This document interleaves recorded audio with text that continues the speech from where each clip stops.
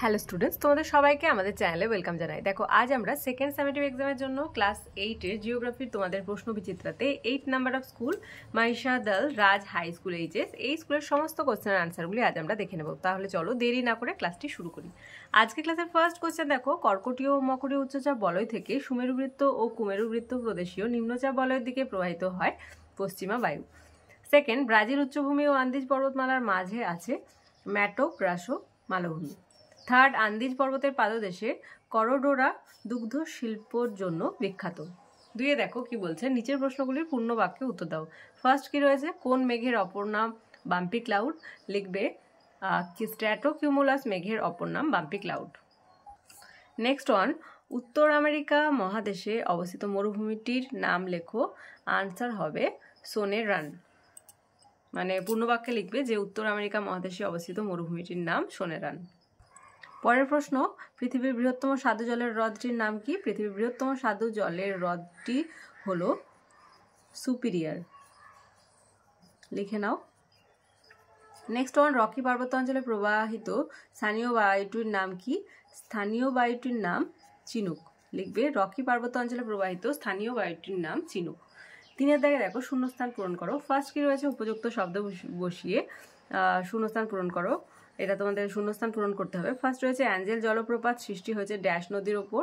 Answer হবে Amazon নদীর ওপর। লিখে নাও, আমাজন নদীর ওপর। ড্যাশ নদীর ওপর বিশ্বের বৃহত্তম নদী উপত্যকা পরিকল্পনা গড়ে উঠেছে টেনেসি নদীর ওপর। টেনেসি। ওকে। থার্ড, পৃথিবীর বৃহত্তম ময়দা শিল্প কেন্দ্রের নাম হলো বাফেলো। লিখে নাও।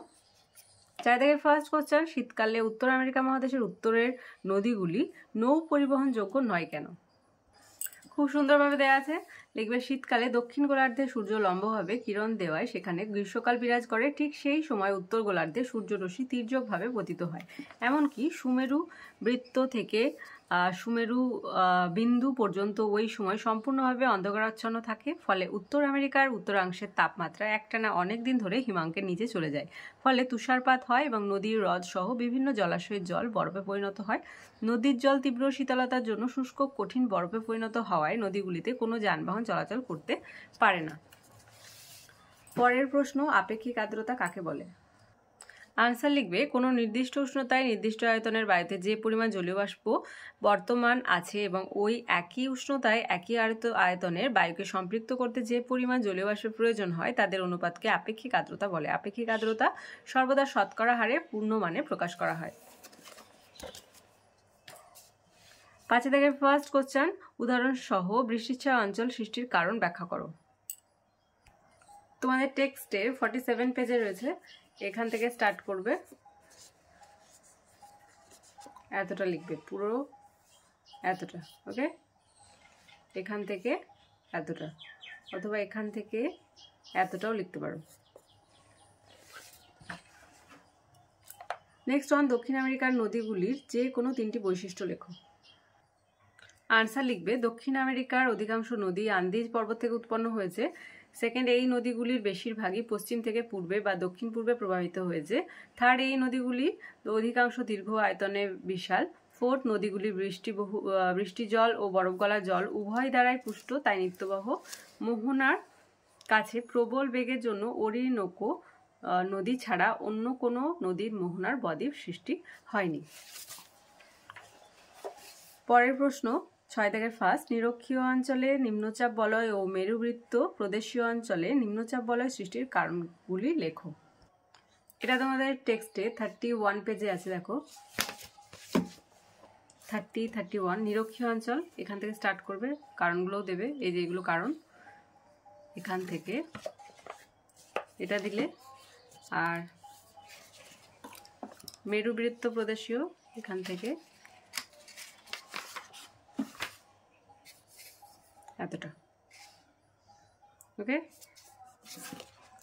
মানে 30 পেজের নিরক্ষীয় অঞ্চলে এখান থেকে স্টার্ট হচ্ছে এতটা, আর মেরুবৃত্ত প্রদেশীয় জন্য এখান থেকে এতটা। আজকে ক্লাসের লাস্ট কোশ্চেন, ঘূর্ণবাত ও প্রতিপ ঘূর্ণবাতের পার্থক্যগুলি লেখো। লিখবে অবস্থানে। দেখো ঘূর্ণবাত তার প্রতিপ ঘূর্ণপাত। নিম্ন মধ্য অক্ষাংশের উষ্ণ ও নাতিশীতোষ্ণ মণ্ডলে ঘূর্ণবাত অবস্থান করে, মধ্য উচ্চ অক্ষাংশের নাতিশীতোষ্ণ ও হিমমণ্ডলে প্রতিপ ঘূর্ণপাত অবস্থান করে। অবস্থান দিতেই হবে। উৎপত্তি ক্রান্তীয় অঞ্চলে সমুদ্রে ও নাতিশীতোষ্ণ অঞ্চলে স্থলভাগে উৎপত্তি হয়, শীতল স্থলভাগে উৎপত্তি হয়। সময়কাল ঘূর্ণবাতের গ্রীষ্মকালে বেশি সংখ্যায় সৃষ্টি হয়, শীতকালে বেশি সংখ্যায় সৃষ্টি হয়। এটা হচ্ছে গ্রীষ্মকালে বেশি সংখ্যায় সৃষ্টি হয়, আর এটাই শীতকালে বেশি সংখ্যায় সৃষ্টি হয়। আর এই ঘূর্ণবাতে খুব কম অঞ্চল জুড়ে দেখা যায়, প্রতিপ ঘূর্ণপাত বিস্তৃত খুব বেশি অঞ্চল জুড়ে দেখা যায়। এটা যেহেতু 5 নাম্বারের, তাই জন্য একটু বড় করে লিখতে হবে, মানে পার্থক্য কয়েকটা পয়েন্ট এক্সট্রা দেবে। বায়ুচাপ ঘূর্ণবাতের কেন্দ্রে নিম্নচাপ ও বাইরে উচ্চচাপ বিরাজ করায় বায়ু প্রবাহ কেন্দ্রমুখী হয়। প্রতিপ ঘূর্ণপাতের কেন্দ্রে উচ্চচাপ ও বাইরে নিম্নচাপ বিরাজ করায় বায়ু প্রবাহ কেন্দ্র বহির্মুখী হয়। বায়ু প্রবাহের দিক, এই বায়ু উত্তর গোলার্ধে বাম দিকে অর্থাৎ ঘড়ির কাঁটার বিপরীতে এবং দক্ষিণ গোলার্ধে ডান দিকে অর্থাৎ ঘড়ির কাঁটার দিকে প্রবাহিত হয়। আর এই বায়ু উত্তর গোলার্ধে ডান দিকে অর্থাৎ ঘড়ির কাঁটার দিকে এবং দক্ষিণ গোলার্ধে বাম দিকে অর্থাৎ ঘড়ির কাঁটার বিপরীত দিকে প্রবাহিত হয়। বায়ু কেন্দ্রমুখী উষ্ণ ও ঊর্ধ্বগামী হয়, বায়ু কেন্দ্র বহির্মুখী শীতল ও অধোগামী হয়। গতিবেগ তুলনামূলকভাবে বেশি হয়, গড়ে 160 কিলোমিটার/ঘন্টা। আর গতিবেগ তুলনামূলকভাবে কম হয়, 30 থেকে 50 কিলোমিটার/ঘন্টা। স্থায়িত্ব ঘূর্ণপাত স্বল্পস্থায়ী, প্রতিপ ঘূর্ণপাত দীর্ঘস্থায়ী। আবহাওয়া প্রচুর ঝড় বৃষ্টি হয়, শান্ত মেঘমুক্ত আবহাওয়া বিরাজ করে। প্রবল ঝড় বৃষ্টির জন্য ব্যাপক ক্ষয়ক্ষতি হয় প্রভাবে, আর প্রতিপ ঘূর্ণপাতে ক্ষয়ক্ষতি সেভাবে হয় না। তাহলে আজকে দেখো 8 number of school Mahishadal Raj high school HS, এই স্কুলের সমস্ত কোশ্চেন আনসারগুলি আজ আমরা দেখে নিলাম। ক্লাসটি ভালো লেগে থাকলে অবশ্যই একটা লাইক দেবে, আর ভিডিওটি বন্ধুদের সঙ্গে অনেক অনেক অনেক বেশি করে শেয়ার করবে। আর ক্লাসে যারা প্রথমবার এসেছো তারা অবশ্যই চ্যানেলটি সাবস্ক্রাইব করে নিও এবং পাশে থাকা বেল আইকন প্রেস করে রাখবে, যাতে করে আগামী দিনের সমস্ত ভিডিও সবার আগে তোমাদের কাছে পৌঁছে যায়। তোমাদের সুবিধার্থে একটি টেলিগ্রাম গ্রুপ ওপেন করা হয়েছে, যদি সেই গ্রুপে কেউ জয়েন হতে চাও এই ভিডিওর ডেসক্রিপশন বক্সে লিঙ্ক দেওয়া থাকবে, সেখান থেকে তোমরা জয়েন হতে পারো। তাহলে আজ এই পর্যন্তই, তোমরা সবাই ভালো থেকো। Thank you.